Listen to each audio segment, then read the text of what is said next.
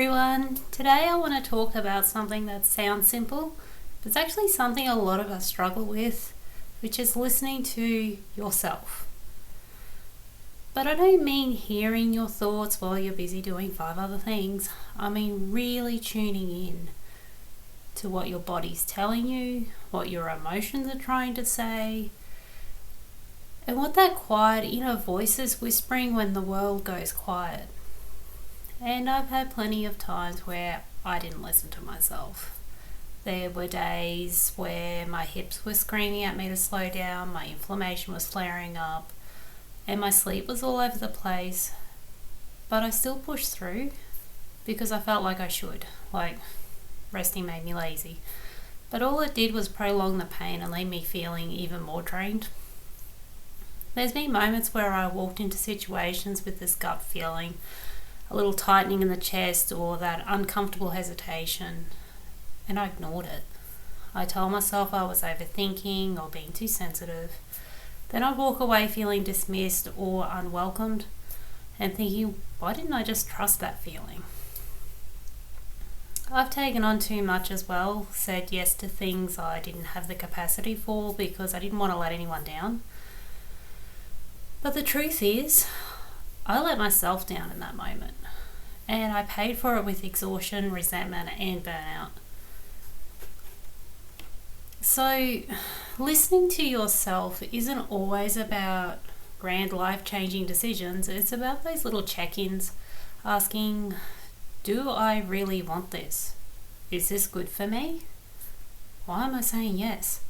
It's choosing honesty, even when it's uncomfortable.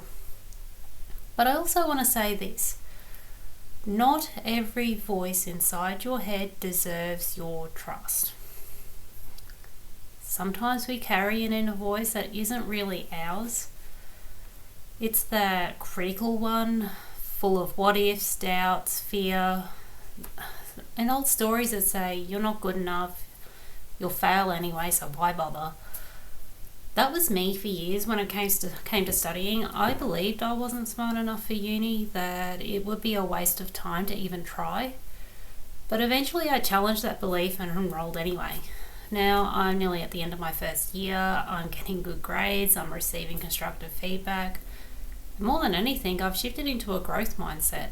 I want to learn now and I actually believe I can. To be honest, that same negative voice nearly stopped me from making these videos. It told me I'd sound silly, that I'd mess it up, that people wouldn't take me seriously. But I'm in an active season of growth right now. I want to do well. I want to improve how I speak. I want to be able to focus my thoughts and communicate them clearly.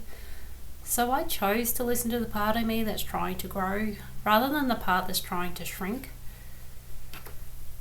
And that's the key, really. Sometimes the voice we need to listen to isn't the loudest. It's the one that says, you're allowed to try. More so when we don't listen to ourselves, it shows up in so many ways. We feel disconnected, we get flat or irritable without really knowing why. Our bodies ache, we feel tired all the time. Sometimes it looks like burnout, sometimes it feels like depression. Like everything's too heavy and nothing feels right. And often it's because we've been silencing our own needs for too long. So, listening to yourself isn't a luxury, it's a form of self-care. A practice of tuning in before you tune out. And yes, listening to yourself is powerful, but learning which voice is truly yours, that's where the magic happens.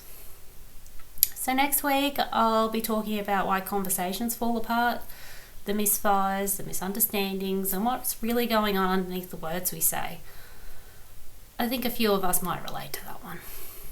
So thank you for listening, and I hope this gives you something to reflect on. Have a great week, and I'll see you next time.